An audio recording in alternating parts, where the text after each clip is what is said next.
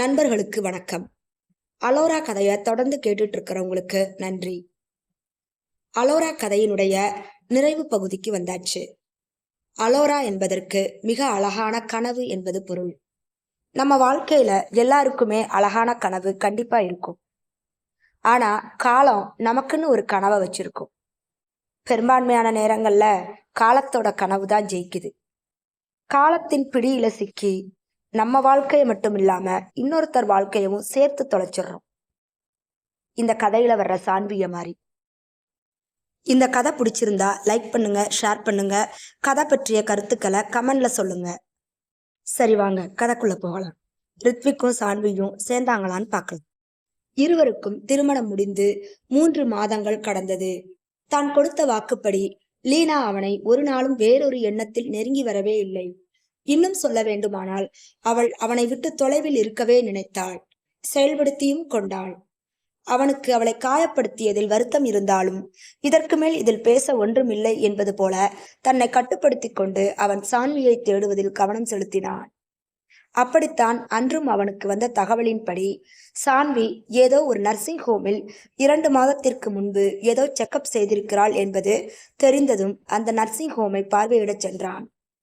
அங்கு எதிர்பாராமல் லீனாவை பார்க்க இவன்தான் அவளை பார்த்தானேயொழிய அவள் இவனை பார்க்கவில்லை.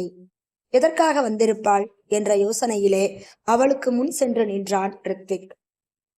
அவனை அந்த நேரத்தில் அங்கு எதிர்பார்க்காத லீனா வராத புன்னகையை வலிய வர வைக்க முயற்சி செய்து கொண்டிருந்தாள். என்னாச்சு லீனா, நர்சிங் ஹோம் வந்திருக்க? உடம்பு எதுவும் சரியில்லையா? சொல்லியிருந்தா நானே உன்னை கூட்டிட்டு வந்திருப்பேன்ல. ஒரு பரஸ்பரமான நல விசாரிப்புக்காக ரித்விக் கேட்டான். அதெல்லாம் ஒன்றும் இல்லை, நான் சும்மாதான் வந்தேன். நீங்க வந்த வேலையை கவனிங்க, நான் வர்றேன். அவள் அவசர அவசரமாக அங்கிருந்து கிளம்பி விட்டாள். முகத்தில் கவலை தெரிந்தது. ரித்விக்கிற்கு அவள் மேல் சந்தேகம் வந்தது. பொதுவா லீலா இப்படி நடந்து கொள்பவள் கிடையாதே என்ற எண்ணத்தில் அவன் டாக்டரை பார்க்க உள்ளே சென்றான். தன்னை அறிமுகப்படுத்தி கொண்டவன் தயக்கத்தோடும் குழப்பத்தோடும் லீனாவை பற்றி கேட்கத் தொடங்கினான். ஏனோ இந்த நேரம் சான்வியை பற்றி தெரிந்து கொள்வதை விட லீனாவை பற்றி தெரிந்து கொள்வதே பிரதானம் என்று அவனுக்கு தோன்றியது. அவளை பற்றி கேட்டதும், பொதுவா ஒரு பேஷண்டோட கண்டிஷனை அவங்க அனுமதி இல்லாம இன்னொருத்தர்கிட்ட ஷேர் பண்றது அவ்வளோ நல்லதில்லை. இருந்தாலும் நீங்க அவங்களோட நெருங்கிய சொந்தம் என்னும் அடிப்படையிலையும் உங்களோட வேலை மேல இருக்கிற நம்பிக்கையிலையும் தான் உங்களுக்கு அவங்கள பத்தின விஷயங்களை சொல்றேன் சார். டாக்டர் வெண்ணிலா தன் பேச்சை தொடங்கினார். அதாவது அவங்களுக்கு டாக்டர் சொல்வதற்கு கொஞ்சமாய் தயங்கினாள்.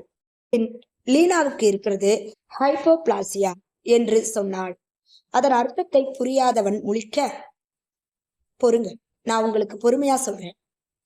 பெண்களின் பொக்கிஷமான கர்ப்பப்பை தான் பெண்களை தாய்ஸ்தானம் அடைய வைக்கும். அப்படிப்பட்ட கர்ப்பப்பை சிலருக்கு அசாதாரணமாக இருக்கும். இது போன்ற குறைபாடுகள் குழந்தைகள் பிறக்கும் போதே அல்லது குழந்தை கருவில் உருவாகும் போதிலிருந்தே ஏற்படும். அசாதாரண வகை கர்ப்பப்பைகள் உள்ள பெரும்பாலான பெண்களுக்கு கர்ப்பம் தரிப்பதில் சிக்கல் அல்லது கர்ப்பத்தை தாங்கும் சக்தி குறைவாக இருக்கும். அப்படின்னா நீங்க சொல்றதுக்கும் லீனாவுக்கும் என்ன சம்பந்தம்? ரித்விக் தன் சந்தேகத்தை முன்வைத்தான். கர்ப்பப்பை முழுவதும் இல்லாமல் பெண் குழந்தைகள் பிறப்பு ஏற்படுகிறது. அது ஹைப்போபிளாசியா என்று அழைக்கப்படுகிறது. இது அசாதாரணமானது. இது போன்ற பெண் குழந்தைகளால் எதிர்காலத்தில் கருவை சுமக்க முடியாது. டாக்டர் சொன்னதும் ரித்விக்கின் மனம் லீனாவை நினைத்து 2ஆக உடைந்தது. அவன் முகத்தில் தெரிந்த கவலைகளை கண்ட டாக்டர், சாரி மிஸ்டர் ரித்விக், இது ரொம்பவே கவலையான ஒரு விஷயம்தான். ஆனா என்ன பண்ண, லீனா ரொம்ப நல்ல பொண்ணு. அவளுக்கு போய் எப்படித்தான் கடவுள் இப்படி ஒரு கஷ்டத்தை கொடுக்க நினைச்சாரோ தெரியல. லீனாவிற்கான உண்மையான வருத்தத்தை டாக்டர் தெரிவித்தார். அதன் பின் சான்வியை பற்றி விசாரித்தவனுக்கு அவள் வயிற்றில் வளரும் தன் சிசுவை பற்றிய செய்தி கிடைத்தது. இருந்தும் மனம் அதில் ஒன்றி போகாமல் லீனாவுக்காக துடித்தது. இப்பொழுதே அவளை பார்த்திட வேண்டும் என்ற ஆசையில் வீட்டிற்கு வந்து கொண்டிருந்தான் ரித்விக். இதுவரை அவன் லீனாவை பார்த்த பார்வைக்கும் இப்பொழுது அவளை அவன் பார்க்கும் பார்வைக்கும் அர்த்தம் வெவ்வேறாக இருந்தது. அதன் பிறகான நாட்களில் எல்லாம் லீனா ரித்விக்கிற்கு பிடித்தவளாக மாறிக்கொண்டிருந்தாள். முதலில் புரிந்து கொண்டான், பின் கவனிக்கத் தொடங்கினான். இப்பொழுதெல்லாம் அவளை ரசிக்கவும் தொடங்கியிருந்தான். 5 மாதங்கள் முடிந்தது. ஒருபுறம் சான்வியை தேடிக்கொண்டிருந்தவன் மறுபுறம் அவனையே அறியாமல் லீனாவை ரசிக்கத் தொடங்கியிருந்தான். ஒரு நாள் மாலை நேரம். நாளிதழை புரட்டிக் கொண்டிருந்தவனுக்கு முன்பு டீயை வைத்தவள் அங்கிருந்த ஷெல்ஃபில் இருந்த பொருட்களை ஒவ்வொன்றாக எடுத்து துடைத்து மீண்டும் அதிலே அடுக்கி வைத்துக் கொண்டிருந்தாள் லீனா. இப்பொழுதெல்லாம் லதா மூலமாக வீட்டு வேலைகளை ஓரளவுக்கு கற்றுக்கொள்ள ஆரம்பித்திருந்தாள். எல்லாம் டிவோர்ஸ் வாங்கும் வரை மட்டும்தான். அதுவரை அவர் கண்களை மறைக்க வேண்டுமே. அதற்காக அனைத்தையும் கற்றுக்கொண்டாள் லீனா. அன்றைக்கு மெரூன் கலர் பாந்தானி புடவை அணிந்திருந்தாள். ஃபேன் காற்றில் அங்கும் இங்கும் நகர்ந்த அந்த சேலையில் சில மறைவான அங்கங்கள் அவன் கண்களுக்கு தெரிய தொலைவில் இருந்தே ஓரக்கண்களில் ரசிக்கத் தொடங்கினான். அதற்கு மேலும் தன்னை கட்டுப்படுத்திக் கொள்ள இயலாதவனாய் லீனா ஐ லவ் யூ என்று சொல்லிவிட்டு தெரியாதவனைப் போல் நாளிதழில் கவனம் வைத்தான். லீனா சுற்றுமுற்றும் பார்த்துவிட்டு அவன் நிலையை கண்டதும் தனக்குத்தான் ஏதோ பிரம்மை தோன்றிவிட்டது என்ற நினைப்பில் கண்டுகொள்ளாமல் தன் வேலையை கவனிக்கத் தொடங்கினாள். ஆனால் மீண்டும் அதே சப்தம். அவனோ நாளிதழில் கவனம். பின் மீண்டும் அதே சப்தம். இம்முறை அவன் அங்கு இல்லை. இவளுக்கு பின்னால் நின்று கொண்டிருந்தான். அவளின் காதுக்கு அருகில் வந்து மிக மெதுவாய் லீனா என்று அழைத்தான். திரும்பி அவள் அவனை பார்க்க, இந்த சேலை உனக்கு ரொம்ப பொருத்தமா இருக்கு, இதுல நீ ரொம்ப அழகா இருக்க அவன் சொல்லவும் அவள் பதில் எதுவும் சொல்லாமல் தலை குனிந்தாள். என்னாச்சு லீனா, வெக்கப்படுறியா? அவன் கேட்டதில் அவள் முகம் மேலும் சிவந்தது. உனக்கு வெக்கப்படக்கூட தெரியுமா? நான் இப்பத்தான் முதல் முறையா பாக்குறேன் லீனா. அவன் காதல் வசனம் பேச அவளோ அங்கிருந்து செல்ல முயன்றாள். தன் தவறை உணர்ந்தவன் சாரி சாரி லீனா, ஏதோ உணர்ச்சி வசத்துல அவனால் மேற்கொண்டு பேச முடியவில்லை. உலகத்துல நிறைய பேர் இப்படித்தான் ரித்விக். உணர்ச்சி வசத்தால செய்யக்கூடாதத செஞ்சிடறாங்க, பேசக்கூடாதத பேசிடுறாங்க. அப்புறம் காலம் கடந்து வருத்தப்பட்டு என்னாக போகுது? பேசுனதெல்லாம் இல்லைன்னு ஆயிடுமா? லீனா கேட்கவும், என்ன லீனா குத்தி காட்டுறியா? எது சொல்றதா இருந்தாலும் நேரா சொல்லு. ரித்விக் தன் உணர்வுகளை மறந்து இயல்புக்கு திரும்பினான். யாரையும் குத்தி காட்ட வேண்டிய அவசியம் எனக்கு இல்ல ரித்விக், நான் உண்மையை சொன்னேன், அவ்வளவுதான். லீனா அங்கிருந்து நகர முற்பட்டாள். இல்ல லீனா, என்னையத்தான் சொல்றேன். எனக்கு நல்லாவே தெரியும். அன்னைக்கு நான் நடந்துகிட்டதுக்கு சாரி லீனா. ஏதோ கோபத்துலதான் பேசிட்டேன், நான் வேணும்னே தெரிஞ்சு செய்யல. ரித்விக் எதையோ விளக்க முயற்சித்தான். கோபத்துல பேசிட்டேன், தெரியாம பேசிட்டேன்னு சொல்லி சாரி கேட்டா எல்லாம் சரியா போகும், அப்படித்தானே ரித்விக்? லீனாவிடமிருந்து கேள்விகள் வெளிவரத் தொடங்கியது. தப்பு பண்றது மனித வழக்கம். எல்லாராலையும் எல்லா நேரத்திலையும் சரியா இருக்க முடியாது. அன்னைக்கு நான் பேசுனது தப்புன்னா இன்னைக்கு காதலோட உன்னை அப்ரோச் பண்ண வந்த என்ன வேண்டாம்னு தள்ளிவிட்ட நீ செய்யறதும் தப்புதான். ரித்விக் தன்னை நியாயப்படுத்திக் கொள்ள முயன்றான். ஓ, காதலோட? எந்த காதல்? டாக்டர் வெண்ணிலா என்ன கற்பப்பை இல்லாதவன்னு சொன்னப்ப இரக்கத்துல வந்த காதலா ரித்விக்? லீனாவின் கேள்விகள் அனலாய் கொதித்தது. போதும் லீனா, உன்னோட வாய்க்கு வந்தபடி பேசுறத முதல்ல நீ நிறுத்து. ரித்விக் அவளை கட்டுப்படுத்த நினைத்தான். ஏன், என்னாச்சு? உண்மை சுடுதா? உண்மை இல்லையா? அப்படித்தான் இருக்கு. உன் மேல எனக்கு அளவு கடந்த காதல் இருந்துச்சு. காதலோட முழுமை தாம்பத்தியம், தாம்பத்தியோட முழுமை தாய்மை. ஆனா என்னால அதற்கு மேல் பேச முடியாமல் லீனா கதறி அழுதாள். அவள் அழுகையை பொறுத்து கொள்ள முடியாதவன், லீனா பிளீஸ் என்று அவளை சமாதானப்படுத்த முனைந்து அவளை அணைத்துக் கொள்ள முன் வந்தான். பிளீஸ் டோன்ட் டச் என்று அவனுக்கு கட்டளை பிறப்பித்தவள், உன் மேல இருக்கிற காதலை எப்படி உனக்குள்ள புரிய வைக்கன்னு தெரியாமத்தான் ஒவ்வொரு முறையும் உன்னை நான் நெருங்கி வந்தேன். என்னோட இரண்டாவது சந்திப்புலேயே உனக்கு என்ன பிடிக்கலன்னு எனக்கு நல்லாவே தெரிஞ்சது. இருந்தாலும் அதை கண்டுக்காம உன்கிட்ட மேலும் நெருங்கி பழக ஒரு காரணம் இருந்துச்சு, இப்பவும் இருக்கு. அது என்னன்னு உனக்கு தெரியுமா? என்னைக்காவது அதை பத்தி கேட்கணும்னு நினைச்சிருக்கியா?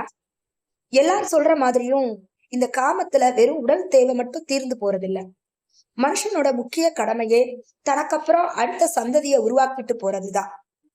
என்னால அப்படி யாரையும் உருவாக்க முடியாது. அதனாலதான் உன்னையவே என்னோட குழந்தையா பார்க்க ஆரம்பிச்சேன். எப்பவும் உன்னோட காதலியா மட்டும்தான் இருக்கணும்னு நினைச்சிருக்கேன். நான் இந்த உலகத்துல இல்லாம போனா கூட ஒவ்வொரு இடத்துலயும் நீ பார்க்கும் போதெல்லாம் நான் தெரிவேன்னு நினைச்சேன். ஆனா உண்மை அது இல்ல. நீ என்ன அன்னைக்கு என்ன சொன்ன?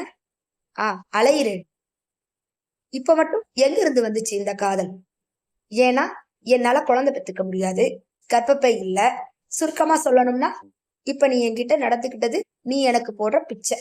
அப்படித்தானே ரித்விக்? லீனா ஒரு எரிமலை போல தீப்புழம்பாய் தகித்தாள். லீனா ப்ளீஸ், நமக்குள்ள நல்ல அண்டர்ஸ்டாண்டிங் இல்ல, அதனால தான் இதெல்லாம். ப்ளீஸ், ரித்விக் கெஞ்சினான். புரிதல் இல்லாத உறவு எப்பொழுதுமே நிலைக்காது ரித்விக். அதைத்தான் நானும் சொல்றேன். பிரிய போற நமக்குள்ள இது மாதிரி விஷயங்கள் தேவையா? நாளைக்கு அது நம்ம 2 பேருக்குமே கஷ்டத்தை தான் கொடுக்கும். ஒரு நிமிஷம். அவள் உள்ளே சென்று சில பேப்பர்களை எடுத்து வந்தாள். நம்ம 2 பேருக்கும் கல்யாணம் ஆகி 6 மாசம் முடிய போகுது. இப்ப டிவோர்ஸுக்கு அப்ளை பண்ணாதான் சரியா இருக்கும். நான் சைன் பண்ணிட்டேன், நீங்களும் பண்ணிடுங்க. அவனிடம் பேப்பரை கொடுத்து விட்டு லீனா சென்று விட்டாள். அந்த சம்பவத்திற்கு பிறகு இருவரும் பேசிக்கொள்வது கணிசமாக குறைந்து போனது. 1 மாதங்கள் கடந்திருந்த நிலையில் ரித்விக்கிற்கு சான்வி குன்னூரில் ஏதோ ஒரு எஸ்டேட்டில் இருப்பதாக தகவல் கிடைக்க அங்கு அவளை பார்க்க சென்றான்.